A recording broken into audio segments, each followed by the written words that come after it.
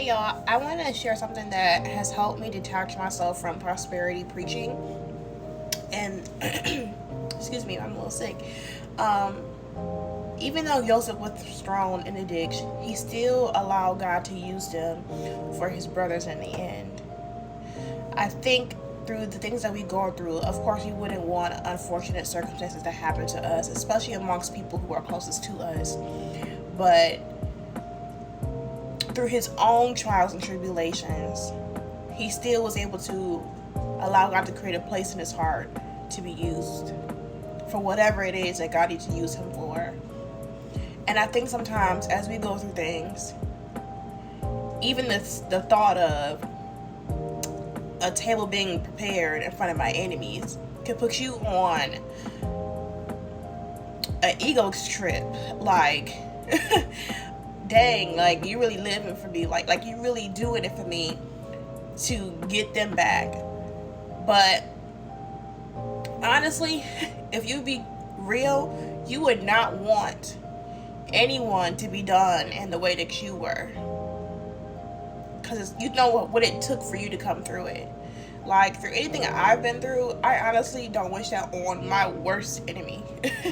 You know what I'm saying? Like, of course, there's a thing called karma and reaping what you sow. But let's just be honest, there's enough trauma out here that we gotta heal from. You know, like adding on new age trauma on top of our childhood trauma, generational trauma. Child, don't you want a break too? And it's like, well, dang, when that table is prepared for you, will you give somebody a plate?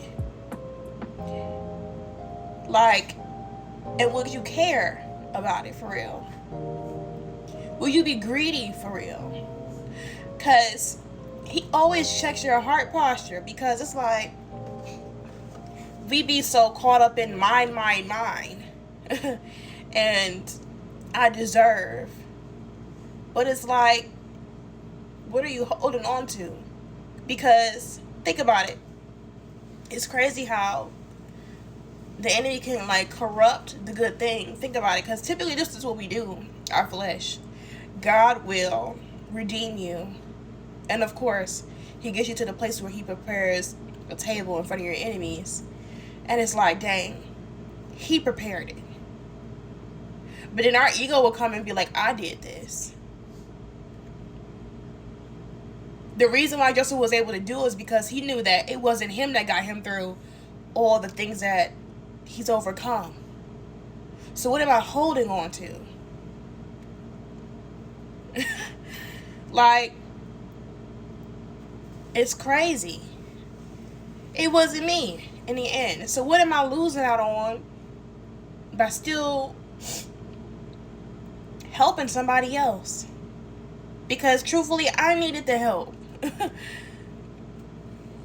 I think that reveals where your feelings is at.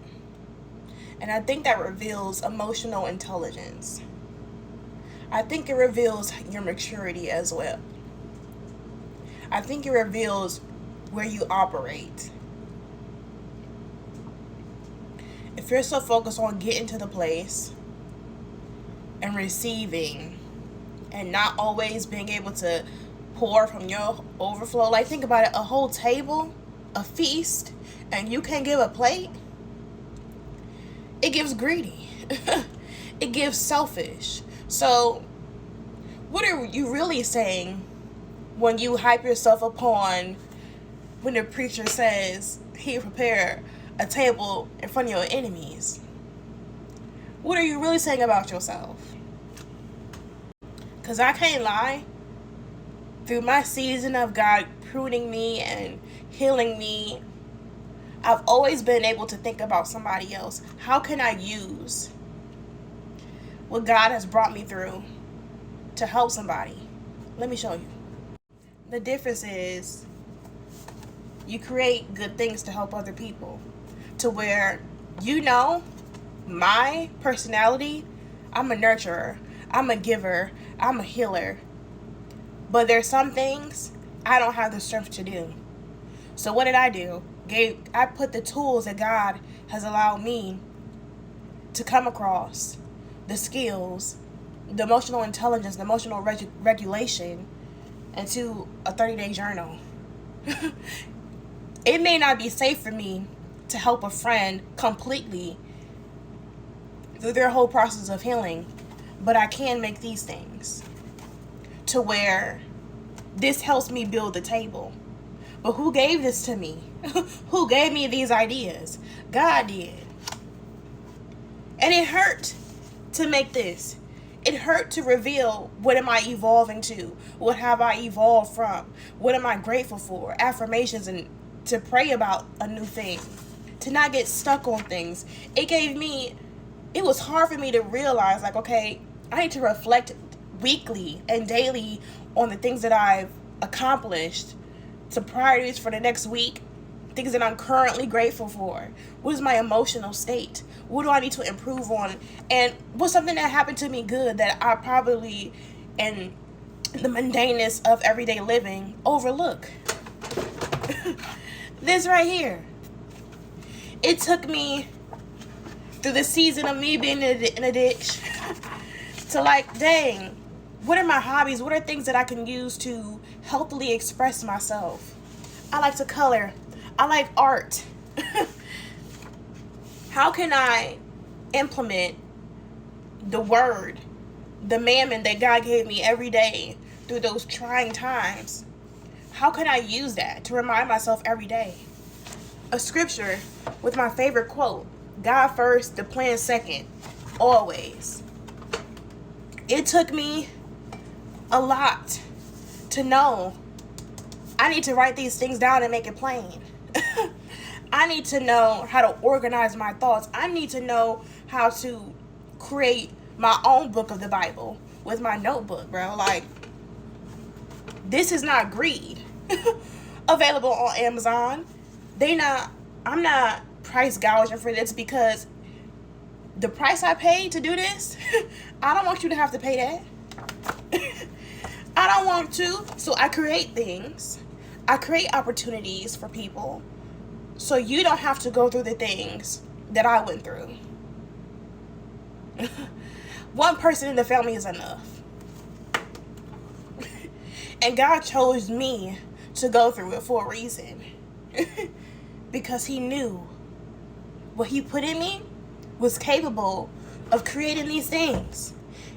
God knew that whatever came her way, she would not deny me.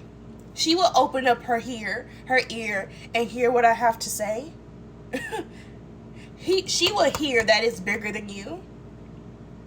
She will hear that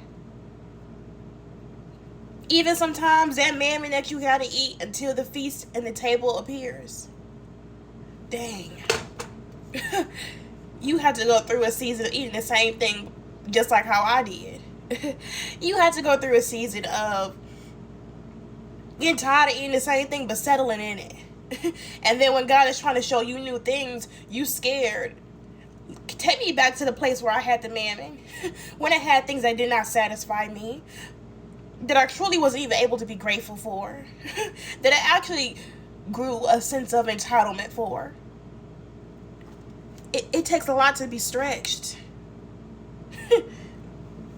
So what are you going to do when God sits you at that table? Because there's some people who will be just happy to get your crumbs. There's be some people who literally would like, just come on. Would you hold the crumbs to yourself too? Or would you say, you know what? You're a child of God, just like how I am. You deserve to eat more than crumbs from this table. Will you pull that person up and say, no, you're more than a dog. You deserve filet mignon. You don't deserve the corners of this crust that I'm throwing away. Will you treat humans like human beings? Will you look down on them? I'm not asking you to coddle them. I'm not asking you to enable people. I'm asking you to check your perspective about people. Because that could have been you.